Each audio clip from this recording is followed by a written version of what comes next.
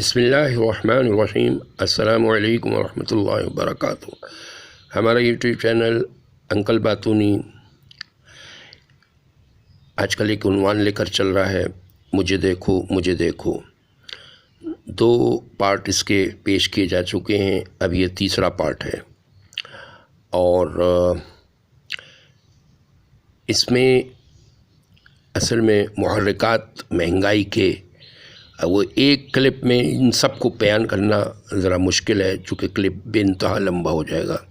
ابھی بھی باوجود کوشش کے کلپ لمبے ہوتے گئے، اس کلپ کو کوشش کریں گے کہ چھوٹا رہے۔ دیکھیں جی، اس میں جو بات چل رہی تھی وہ تو بہرحال اب ختم ہو گئی۔ ایک محرک اور ذہن میں آیا، اور بھی بیچ میں آتے رہیں گے، کہ یہ جو ہمارے معاشرے کی رسومات ہوتی ہیں، چاہے وہ مذہبی تہوار ہوں اور چاہے وہ ہماری معاشرتی رسومات ہوں، بالخصوص ہندوانہ رسومات جو بھیک میں ہم کو انڈیا سے ملی، یا یوں کہیے کہ ہندوؤں کے ترکے سے ملی۔ ایک تو یہ رسومات ہیں۔ اچھا، ان رسومات میں جو چیزیں چاہیے ہوتی ہیں، ان کو مارکیٹ سے لانے کا انداز کیا ہوتا ہے؟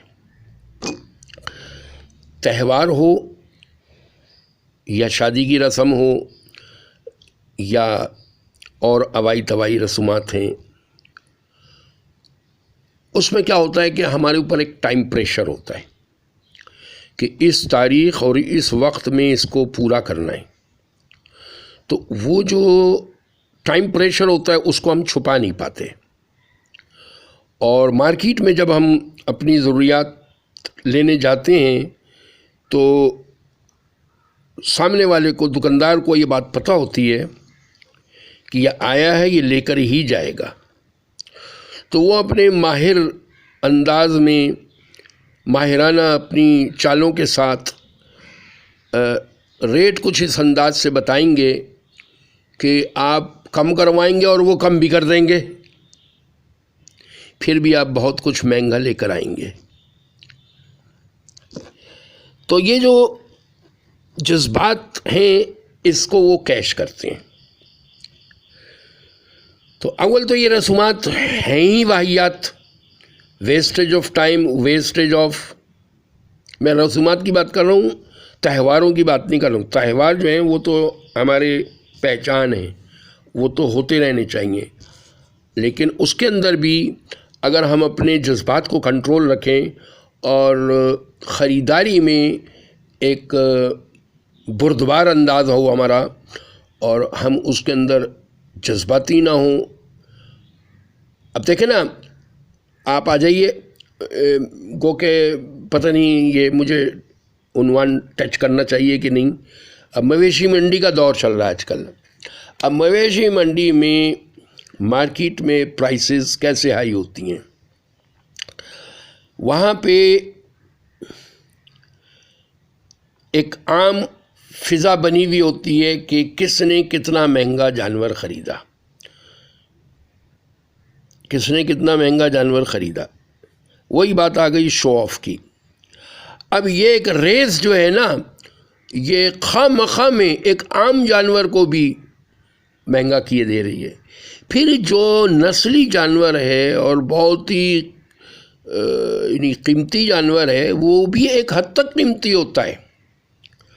جانور کو کتنا ہی اچھا کھلایا جائے، کتنا ہی اچھا پلایا جائے، اصلی گھی کے پیڑے کھلائے جائیں، سب کچھ کھلایا جائے، اس کے باوجود 1 لاکھ کا جانور 2 لاکھ میں مل جائے گا، 2 لاکھ نہیں ہوں گے 4 لاکھ میں مل جائے گا۔ لیکن یہ 80 لاکھ کے جو بیل بکتے ہیں، 1 کروڑ کے جو بیل بکتے ہیں، یہ کیا ہے؟ یہ سب گلیمر کی ریس ہے،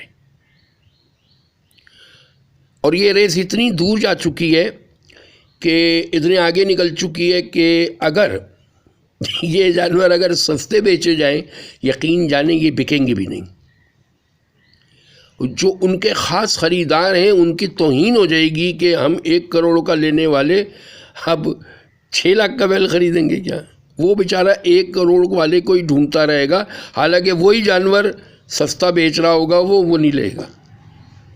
تو وہ بیسیکلی مارک آف پرائس دیکھ رہے ہوتے ہیں، وہ یہ نہیں دیکھ رہے ہوتے ہیں۔ ٹھیک ہے، ایک حد تک تو وہ دیکھتے ہیں، وہ بھی خاندانی خریدار ہیں، لیکن وہ ایک حد تک ہی ہوتا ہے، ایسا نہیں ہے۔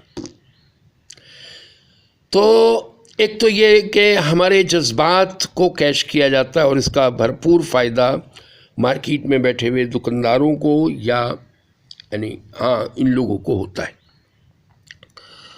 دوسری بات یہ کہ ہم جو تہوار ہیں اس میں بھی ذرا تھوڑا سا اپنے جذبات کو کنٹرول رکھیں۔ رسومات نے تو تباہی ہماری مچائی ہے، انہوں نے سب سے زیادہ مہنگائی کو اور ہمارے ہاں فرسٹریشن کو جنم دیا ہے۔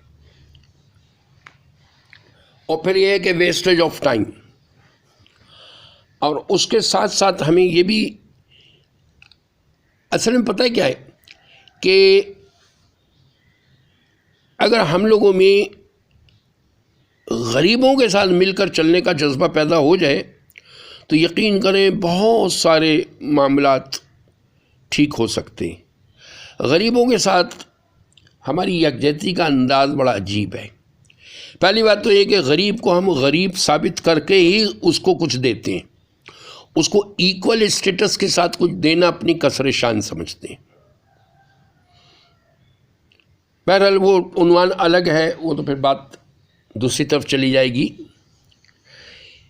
پھر فیشن جو ہوتا ہے یہ بھی مہنگائی کے اندر بہت بڑا رول پلے کرتا ہے۔ میں آپ کو ایک عجیب بات بتاؤں، میں نے ایک زمانے میں گارمنٹس کی شاپ کری، تو یہ 90s کی بات ہے، اور میں آپ کو اس کی جو مثال دے رہا ہوں وہ دے رہا ہوں میں 70s کی اپنی آنکھوں دیکھی مثال۔ ہم نئے کراچی آئے تھے، تو گھروں میں کام کرنے والی عورتیں عام طور پہ سندھنیں ہوتی تھیں، بلوچنے سندھنے یہی آتی تھیں۔ اس زمانے میں ماسی نہیں کہا جاتا تھا، سندھن کہا جاتا تھا، چاہے وہ سندھن ہے یا نہیں ہے، وہ سندھن آئی ہے، مطلب کام کرنے والی آئی ہے۔ اور یا پھر ایک تو ان کا یہ لباس ہوتا تھا جس لباس کا میں آگے جا کے تذکرہ کرنے والا ہوں، یا پھر یوں سمجھیے کہ جو غریب غربا کاغذ چننے والے ہوتے ہیں تو اس میں عورتیں بھی ہوتی تھیں، مرد بھی ہوتے تھے، عورتیں کم ہوتی تھیں، مرد زیادہ ہوتے تھے، کاغذ چنتے پھر رہے ہیں۔ ابھی تو یہ کام افغانیوں نے لے لیا ہے، لیکن پہلے کسی زمانے میں یہ سندھی عورتیں اور مرد کیا کرتے تھے۔ تو یہ کاغذ چننے والیوں کا لباس ہماری کلفٹن اور ڈیفنس کی بیگمات کو پسند آ گیا، بس پھر کیا تھا۔ جس لباس کو پہننا اپنی توہین سمجھا جاتا تھا وہ لباس 35 ہزار کا دکانوں پہ بکا۔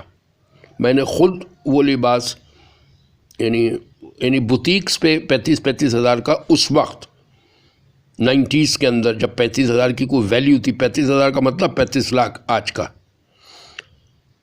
اور میں نے وہ لباس جو ہے بیچا، اور وہ ڈیفینیٹلی ہر کیٹیگری کا ہوتا تھا، تو ہم نے بھی ہزاروں کے اندر بیچا، لیکن لوور ہزار جو ہوتے ہیں 3000 4000 ایسے۔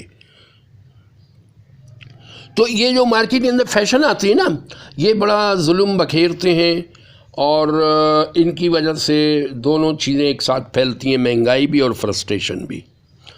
بہرحال جیسے جیسے میرے ذہن میں یہ محرکات آتے جائیں گے میں ایڈ کرتا چلا جاؤں گا۔ 10 منٹ ہونے والے ہیں، لہٰذا اس کو اب یہیں اختتام کرتے ہیں۔ مع السلام۔